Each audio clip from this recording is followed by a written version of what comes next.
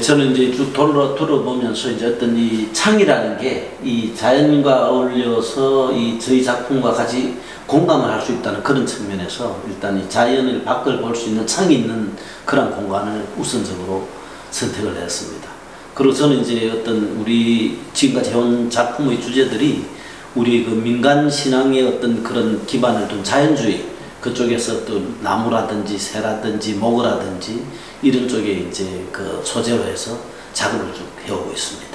예, 저는 이제 작품을 이제 쭉 큰 세 개로 나누는데 이제 이제 1기에는 주로 이제 그 자연의 이미지를 했고 이제 2기 때는 관념의 세계를 했고 이제 3기 때 이제 생명의 원형 이렇게 해서 이제 쭉 그 자연을 주제로 한 생명체를 다루고 있는데요.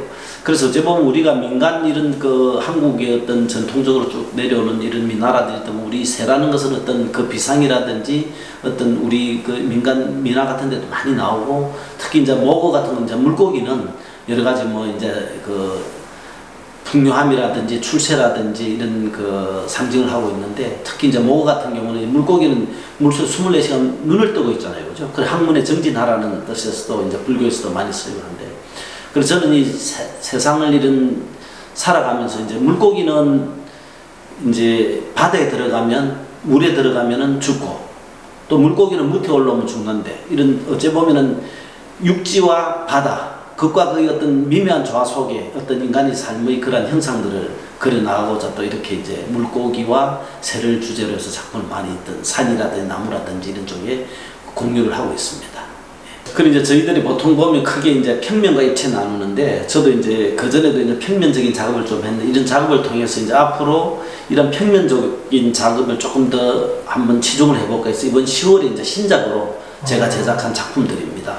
그래서 보면 어쨌든 여기에도 보면 새라든지 나뭇가지라든지 같이 어떤 이래 서로 같은 어떤 주제를 통해서 어떤 평면과 입체를 공유할 수 있는 그런 측면에서 이제 평면 작품들이고 그리고 요즘 이 장르가 자꾸 허물어지니까 입체든지 평면이라든지 해화 속에서 입체화가 되고 이제 평면 어떤 입체도 평면할 수 있는 그런 그 현대 미술 속에서는 어떤 단지 어떤 그런 그 입체와 평면 속에 이렇게 나누어지니까 도자기를 보통 보면 이제 입체물로 많이 보는데 충분히 어떤 해화성을 가질 수 있는 그러한 물성을 가지고 있는 게 또 점토의 장점이라고 볼 수가 있습니다. 저것도 이제 보면 이제 평면 바닥에 뭐 붓자국 있잖아요, 그죠?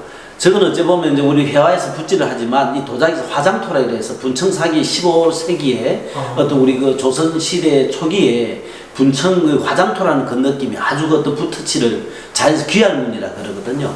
그 어떤 귀할문의 어떤 그런 느낌을 그대로 이렇게 그 표현하면서 어찌 보면 우리 현대의 어떤 그 단색화 그런 느낌으로 해서 이제 화장토를 가지고 그 붓의 그런 귀할의 느낌을 해서 그 위에 이제 안료를 가지고 새라든지 이런 그 묘사를 해준 겁니다. 저는 이제 그 대학을 졸업하고 82년에 이제 그 석사에 들어가서 이제 82년부터 기준으로 해서 올해 이제 40년 전을 지난번에 부산 디자인진흥원에서 40주년 전시를 가졌습니다. 실제 이제 80년도에 도자기 입문을 했죠. 79년도에 입문했네요. 예. 계기라기보다는 저도 중간에 이렇게 틈틈이 이렇게 했는데 어쨌든 이제 저도 이제 이 점토라는 게 보면은 여기 보시면 알겠습니다만은 어떤 해화성이라든지 어떤 조소성이라든지 이런 거 다 가질 수 있는 게 점토의 어떤 그 재료의 물성의 특질입니다.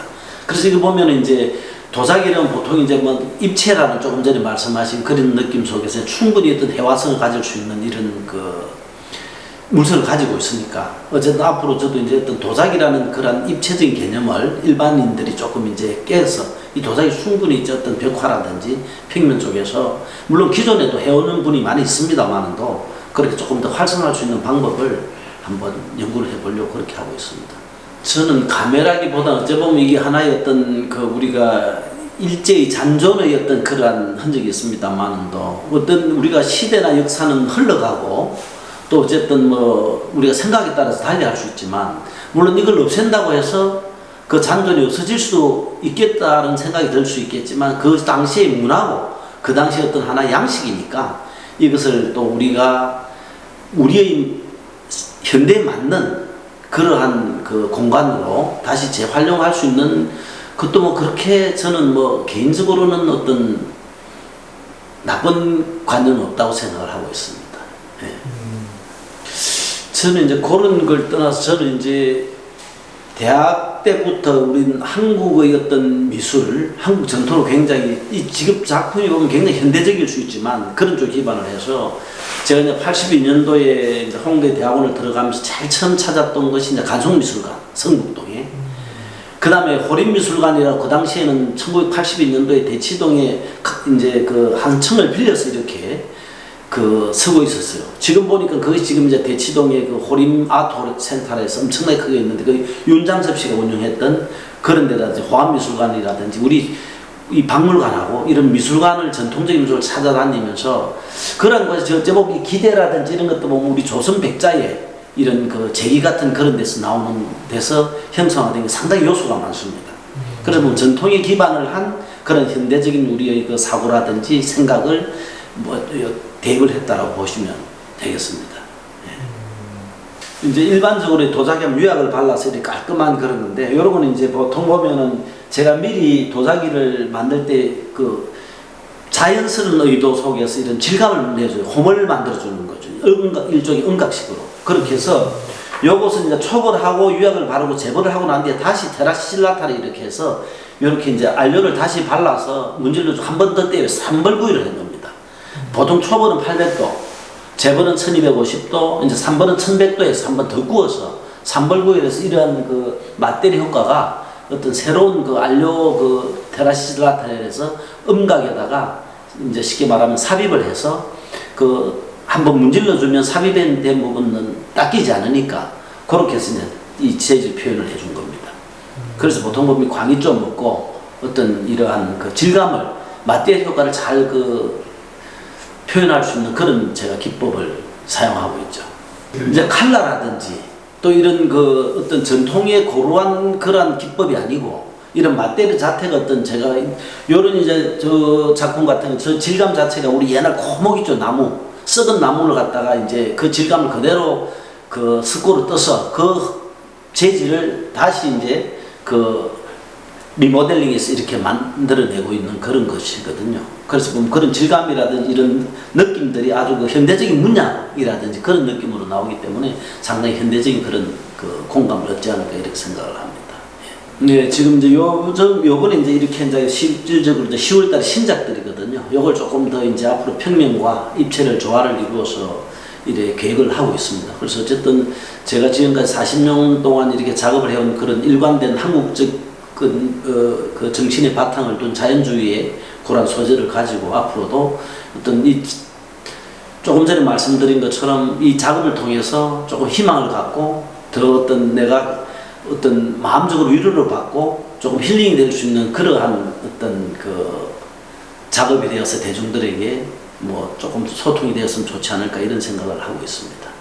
대학교 2학년 때 이제 대학 교수가 되겠다는 생각을 가지고 이제 작가로서 교육자로서 이렇게 했는데 저는 그래서 작업을 하면서 항상 내가 새로운 작업을 선을 보여야 학생들이 또 본받아가고 고루한 작업보다는 그래서 항상 2, 3년 주기로 이렇게 쭉 끊임없이 이제 이렇게 작업을 지속할 수 있다는 것도 어떤 그런 힘의 하나의 바탕이 되지 않았나라는 게 물론 작가로서는 작업에만 열심히 하면 되겠습니다만도 저는 40년을 교육자의 길을 걸어왔기 때문에 또 그런 마음속에서 항상 작업을 놓치지 않고 또 나는 어떤 이런 도자기의 어떤 교수이기 때문에 도자기 작업을 게을리하면은 좋은 교수가 될 수 없다라는 그런 사명감에서 어떤 이런 양교육과 작가로서의 길을 이렇게 걸어왔습니다만은 지금 생각해 보니 참 그 아쉬운 시간도 많고 해서 지금 남은 여생은 뭐 교육은 조금 줄이더라도 작가로서의 어떤 그러한 그 진실을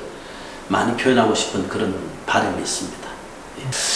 저는 이제 참 이 사람이 인연이라는 게 묘한데 이제 78년도에 입학을 해서 79년도에 도자기 이런 흙을 처음 봤는데 야 이렇게 이 자연스럽고 물성에서 이런 재료가 있나 싶어서 거기 반해서 지금까지 한 번도 흙을 한순간도 놓친 적이 없어요. 다행스럽게.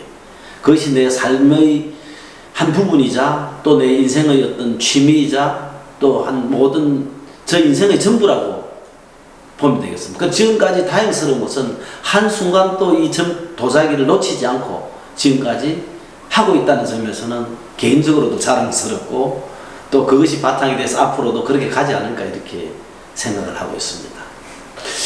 예, 저는 이제 이러한 어쨌든 이 여러 가지 조금 전에 뭐 일제 시대의 그런 건물이라든지 이런 이야기를 했었습니다만 이런 공간이 어쨌든 이런 작가들이나 시민들이 공유된다는 것은 굉장히 저는 긍정적으로 생각을 하고 있습니다. 그래서 앞으로 이런 공간을 통해서 우리 뭐 지역의 뭐 청년 작가라든지 또 뭐 지역의 어떤 그런 그 공간이 필요한 작가들이 많이 발표할 수 있는 그런 장이 될 수 있고 또 이런 공간을 통해서 우리 부산 시민들이 향유하고 같이 나누어서 위로를 받고 어떤 그런 그 마음의 어떤 그런 치유를 할 수 있는 그런 공간이 되었으면 하는 바람입니다.